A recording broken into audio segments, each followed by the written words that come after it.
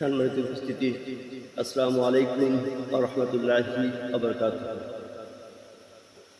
আলহামদুলিল্লাহ রাব্বিল আলামিন, আসসালাতু ওয়াসসালামু আলা সাইয়্যিদিল মুরসালিন ওয়া আলা আলিহি ওয়া আসহাবিহি আজমাইন।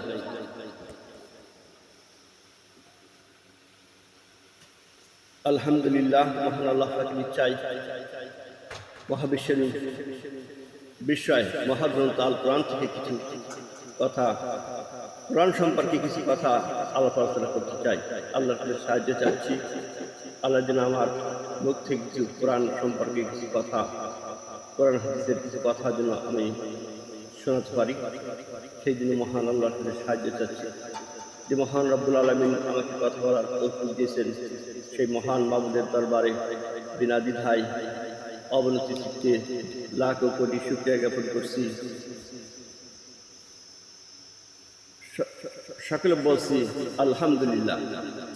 দুরুদ সালাম বিশ্বের একমাত্র সেনানায়ক, লাঞ্ছিত, বঞ্চিত, নিষ্পৃষ্ট, নেতারা ফুটপাতে পড়ে থাকা অভাবী সিন্ধুগুল মানুষের পরমবন্ধু, বিশ্ববাজারের রাজনীতিবিদ, নারীর অধিকার প্রতিষ্ঠার এক অকুতোভয় নির্ভীক সৈনিক, পৃথিবীর অবিসম্পাদিত মজলুম জনতা, পৃথিবীর সফল রাষ্ট্রনায়ক বিশ্বনবী জনাব মুহাম্মদ রাসূলুল্লাহ সাল্লাল্লাহু আলাইহি ওয়াসাল্লাম, যিনি আল্লাহর জন্য আল্লাহর দ্বীন কায়েম করার জন্য মানব প্রণীত মতবাদের সকল শিকল উৎপাটন করে ইনসাফপূর্ণ ইসলামী সমাজ বিনির্মাণের কাঙ্ক্ষিত লক্ষ্যে পৌঁছতে গিয়ে তায়েফের ময়দানে রক্ত ঝরিয়েছেন, খুন্দরা উহুদের ময়দানে দান মোবারক শহীদ করেছেন, শিয়াবে আবু তালেবের পাহাড়ি জেলখানায় দীর্ঘ 29 মাস কারারুদ্ধ হয়ে মানবতার জীবন যাপন করেছেন। শেষ পর্যন্ত কাফের বেঈমান মুশরিকদের নির্যাতন সহ্য করতে না পেরে আত্মহীন মক্কাসের মদিনায় হিজরত করেছেন। সে বিশ্বনবী সালাম পাঠাচ্ছি, সকলে বলছি সাল্লাল্লাহু আলাইহি ওয়াসাল্লাম। আলহামদুলিল্লাহ, আমি কোরআন থেকে কিছু কথা আলোচনা করতে চাই। আল্লাহ রাব্বুল আলামিন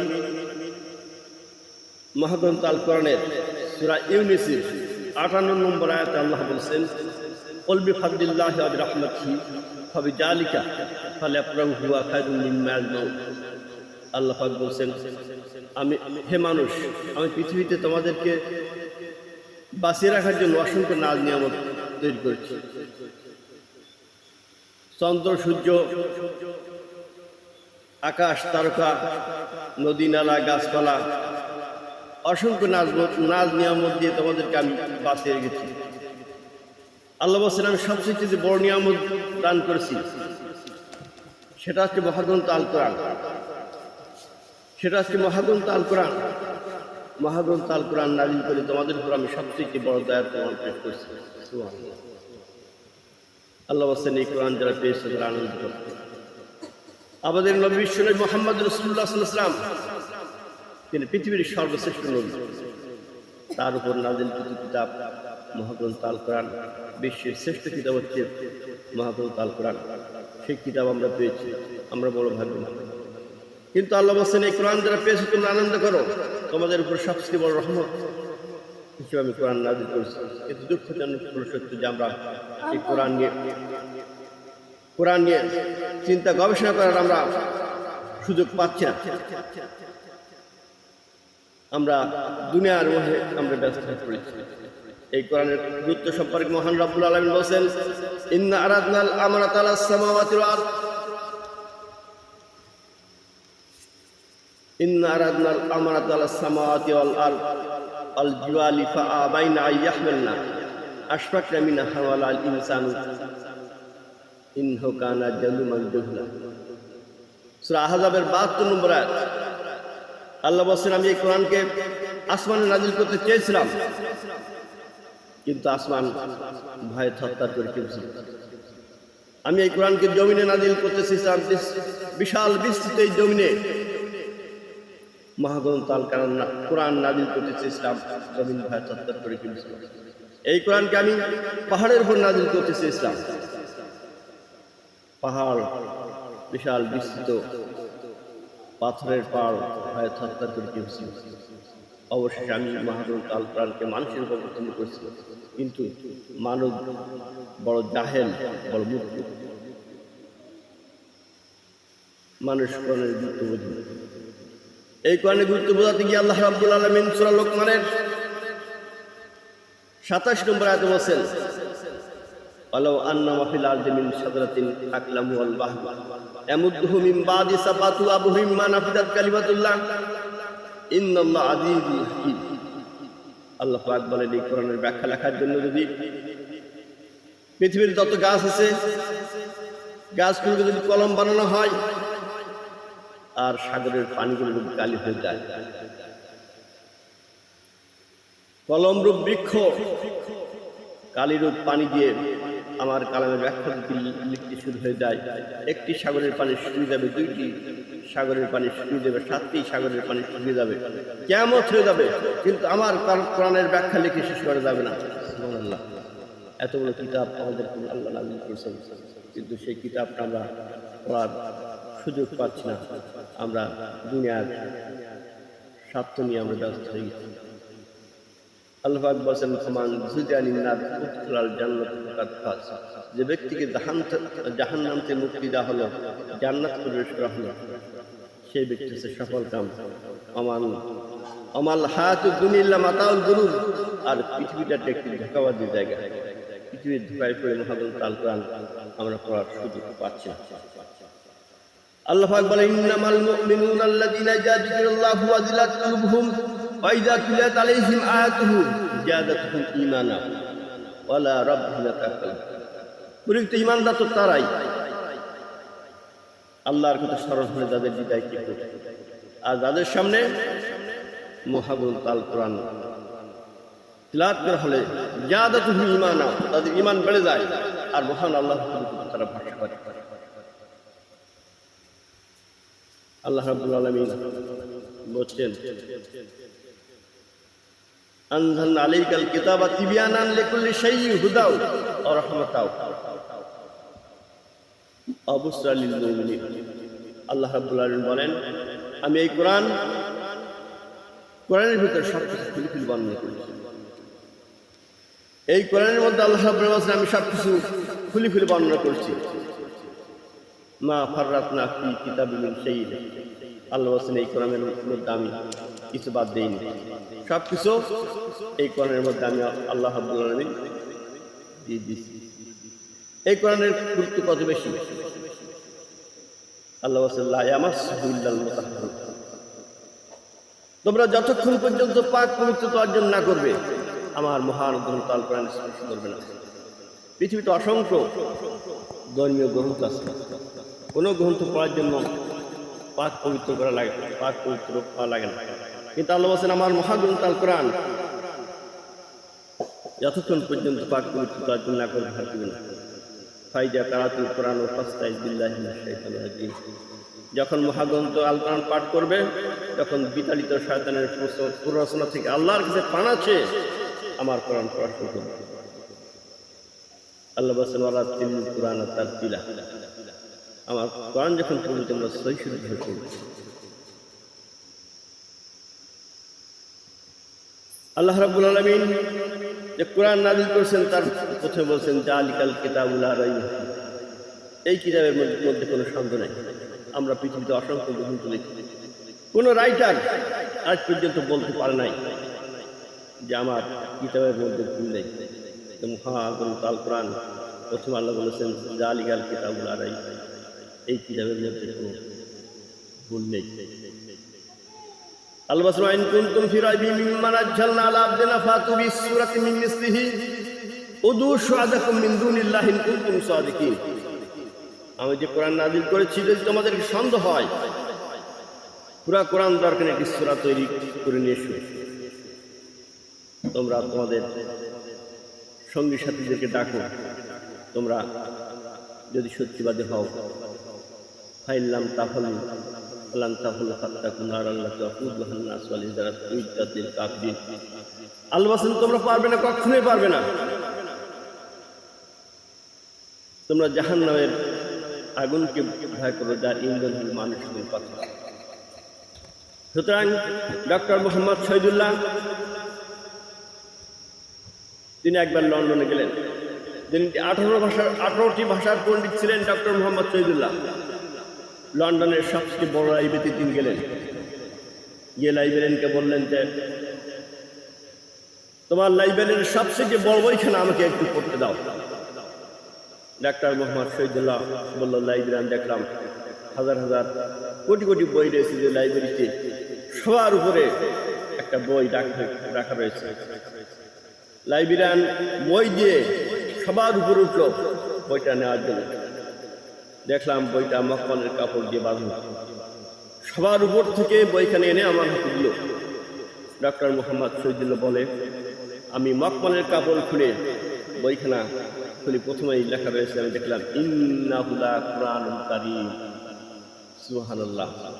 ডক্টর মোহাম্মদ শহীদুল্লাহ বলে, আমি খ্রিস্টানদের লাইব্রেরিতে সবার উপরে মহাগ্রন্থ আল কোরআন দেখে আমি বিস্মিত হয়েছি।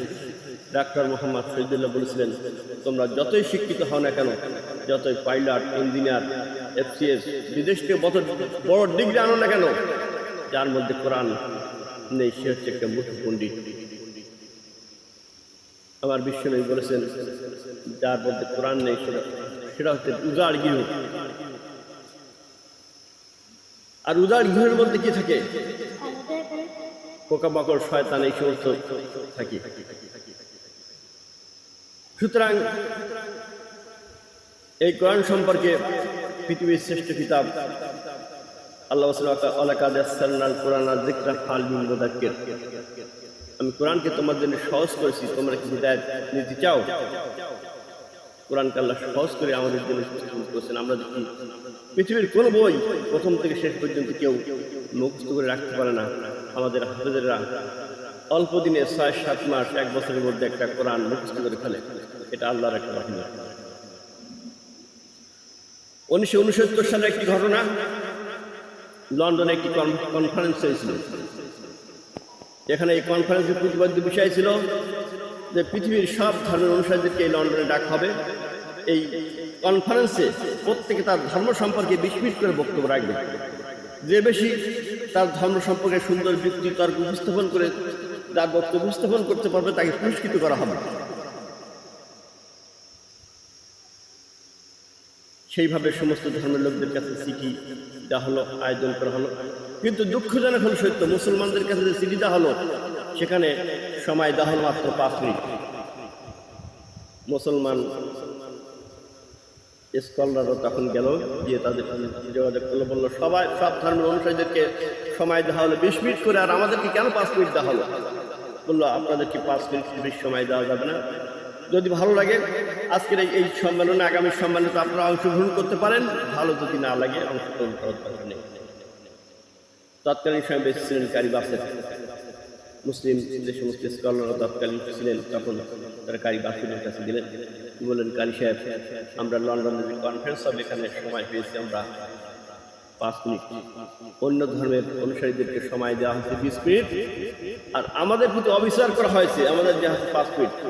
এই অবস্থা আমরা কি করতে পারি? উনি কিছুক্ষণ চিন্তা করলেন, কারি বাসের চিন্তা করে বললেন যে আমরা এই 5 মিনিট সময় কোনো আলোচনা পর্যালোচনায় যাব না, আমরা এই 5 মিনিট সময় আমরা কোরআন থেকে তেলাওয়াত করব। যথারীতি তাই করা হলো। কারি বাসেরকে যত সময় মঞ্চে নিয়ে যাওয়া হলো, কারি বাসের আবেগ আপ্লুত হয়ে গেলেন, গিয়ে তিনি আসমান দিকে তাকালেন।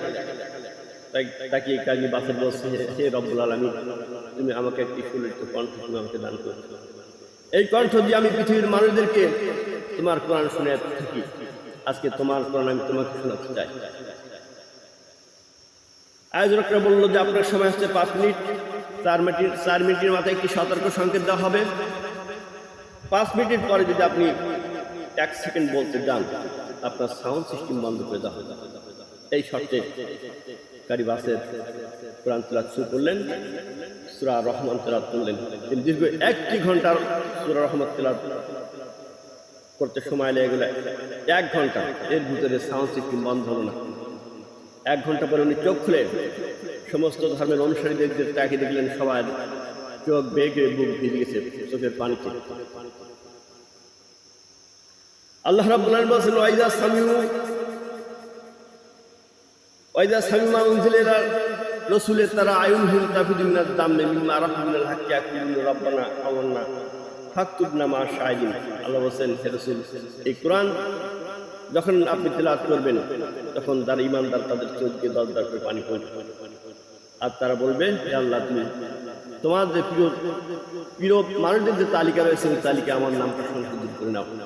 কোরআন পড়লে চোখ পানি আসে, ওই সমস্ত ব্যক্তিদেরকে চোখ পানি এসে গেল।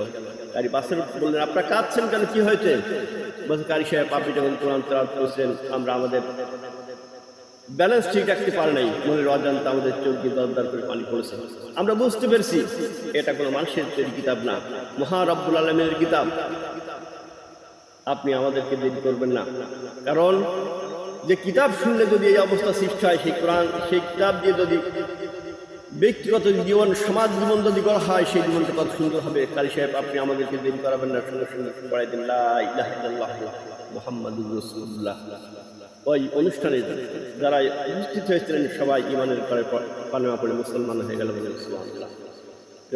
ভাই বাবাজিরা, মহাগ্রন্থ আল কোরআন, কোরআনের পরে যারা আসবে আল্লাহ তাদেরকে সম্মানিত করবে। আপনারা জানেন সৌদি আরবের অসংখ্য গুহা রয়েছে। একটি গুহা নাম হেরা পর্বতের গুহা। ওই সৌদি আরব অন্তত ৬,০০০ গুহা রয়েছে, কিন্তু কোরআন নাজিল হওয়ার কারণে হেরা পর্বতের গুহার মর্যাদা বেড়ে গেছে। ইতিহাসের পাতায় হেরা পর্বতের গুহার নামটি স্বর্ণ করে লেখা রয়েছে। পবিত্র রমজান মাসে কোরআন নাজিল হয়েছে, রমজান মাসের মর্যাদা বেড়ে গেছে। মহানবী বিশ্বনবীর উপর যখন কোরআন নাজিল হলো, মহানবীর মর্যাদা বেড়ে গেল। সুতরাং কোরআনের পাশে যারা আসবে আল্লাহ তাদেরকে সম্মানিত করবেন। এই জন্য আমরা যেন বাকি জীবনটা কোরআনের সাথে চলতে পারি, এই আশা আমি আমাদেরকে আমার কথা শেষ করছি। হাজা মা ইনদাল্লাহ ওয়া আলাইহি তাওয়াক্কালতু ওয়া আলাইহি উনীব। আসসালামু আলাইকুম ওয়া রাহমাতুল্লাহি ওয়া বারাকাতুহু।